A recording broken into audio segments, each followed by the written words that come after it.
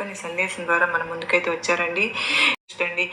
ఈ సందేశం కనుక మీ అందరికీ కనుక నచ్చినట్లయితే చూసి వెళ్ళే వాళ్ళందరూ కూడా వీడియోకి చిన్న లైక్ అయితే ఇచ్చి ఉన్నారు కదా ఫ్రెండ్స్. మీకు ఎలాంటి సమస్యలు ఉన్నా కూడానండి, నిజంగా కొంతమందికి సంతానం ఆలస్యం అవుతుందని, కొంతమందికి వివాహం ఆలస్యం అవుతుందని సందేశాలను వినడం ద్వారా మనకు ఎంతగానో ఆ సమస్యకు అనేది అమ్మవారు పరిష్కారం చూపుతూ ఉన్నారు.